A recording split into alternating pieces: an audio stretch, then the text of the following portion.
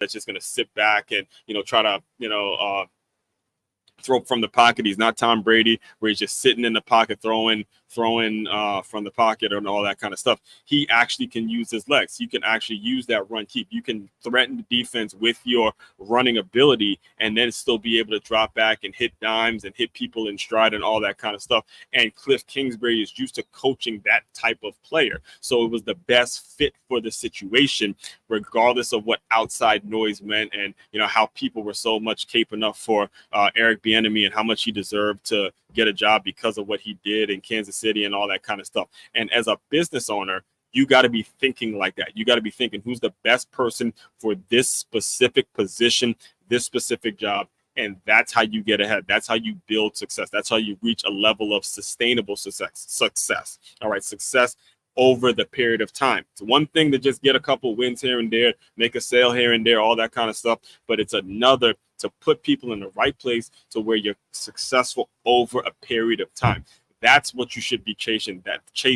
That's what the great ones do. All right. So transitioning from that, like I said, I grew up in the DMV. This is why I know so much about the Washington Commanders and the Washington Redskins franchise and all that. And seeing that I grew up in the DMV, right there in the nation's capital, yes, you better believe it, there was a ton of politics that as one was exposed. I played football, and I was exposed to a lot of politics. It was like completely wrapped around my upbringing. My dad would, he'd come home every single day, he'd watch news, and he'd be screaming at the TV, yelling at politicians, yelling at policies and all that kind of, like, me in my mind, like not knowing how can someone get so aggravated, so pissed off over with politics and all that. And seeing that I am recording this during election season, it's only 6 days before we find out who our new president is going to be.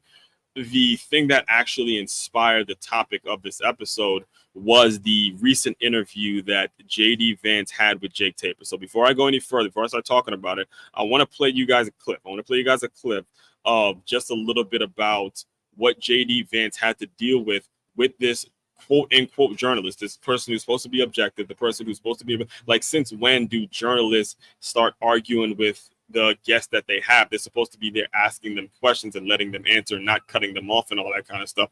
But listen to this quick exchange. Now, I recommend you go watch the whole 17 minutes on your own. It's Jake Tapper and JD Vance talking over an interview with CNN. So watch it, and then we'll respond to it in a second. Said publicly 1.5% inflation. The military to go after the enemy within, which is the American people. He did not say that, Jake. The enemy he within? said that he was going to send the military after the American people. Show me the quote where he said he was going to. He said the enemy within. He said far left lunatics. He's talking about the people Pelosi's rioting. And said publicly. All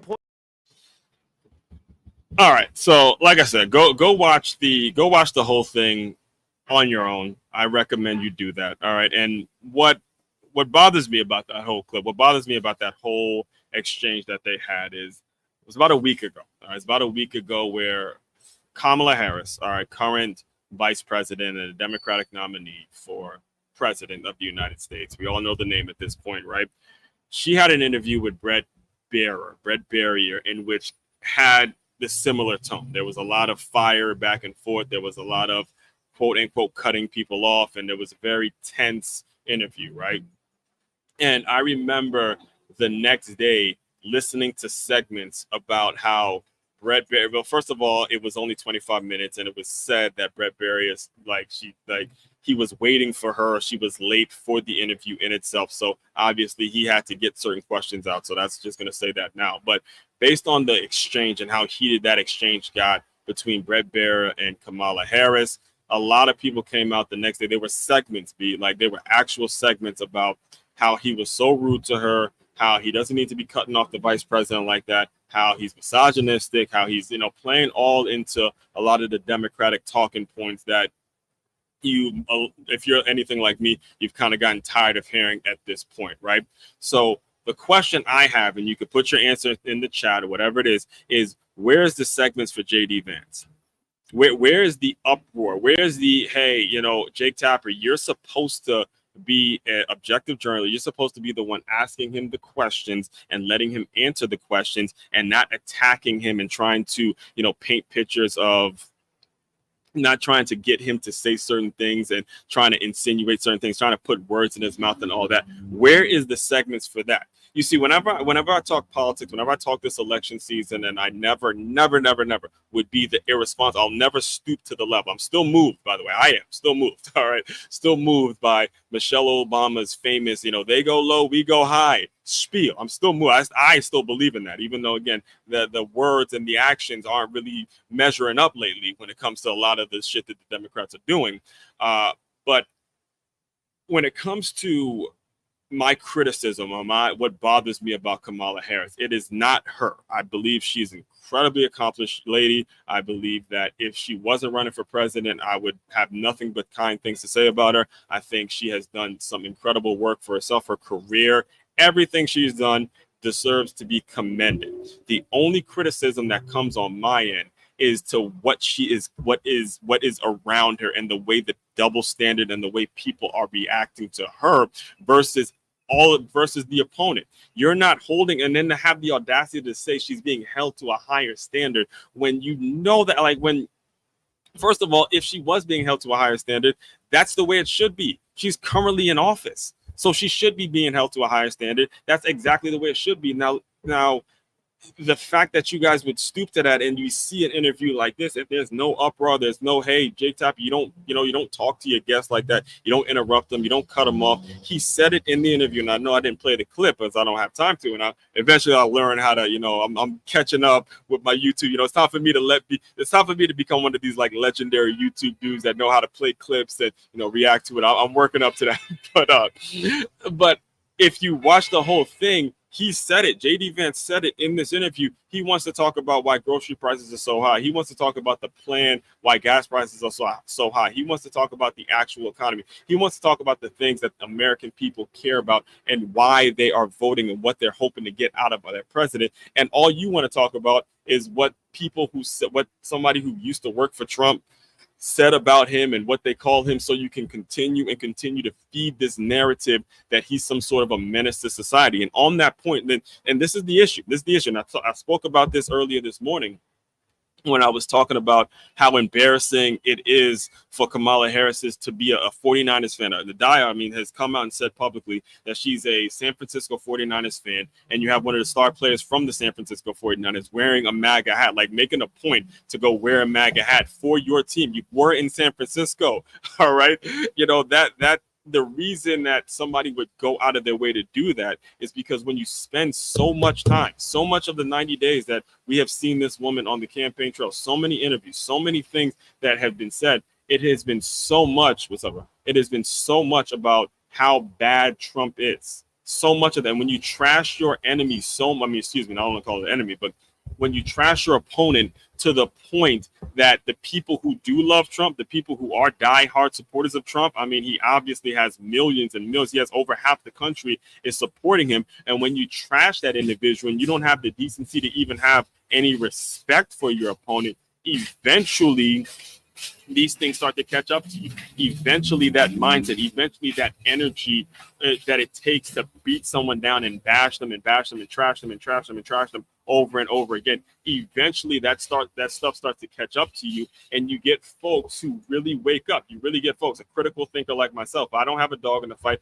Democrats not paying me for this. The Republicans aren't paying me for this. I'm going to be doing exactly what I'm doing, regardless of who's in office next week. All right. So I don't have a dog. I don't have a horse in the race. I'm just being a critical thinker. And I'm watching two people. One has been the Republican nominee for 3 straight election cycles. That's 12 years, guys.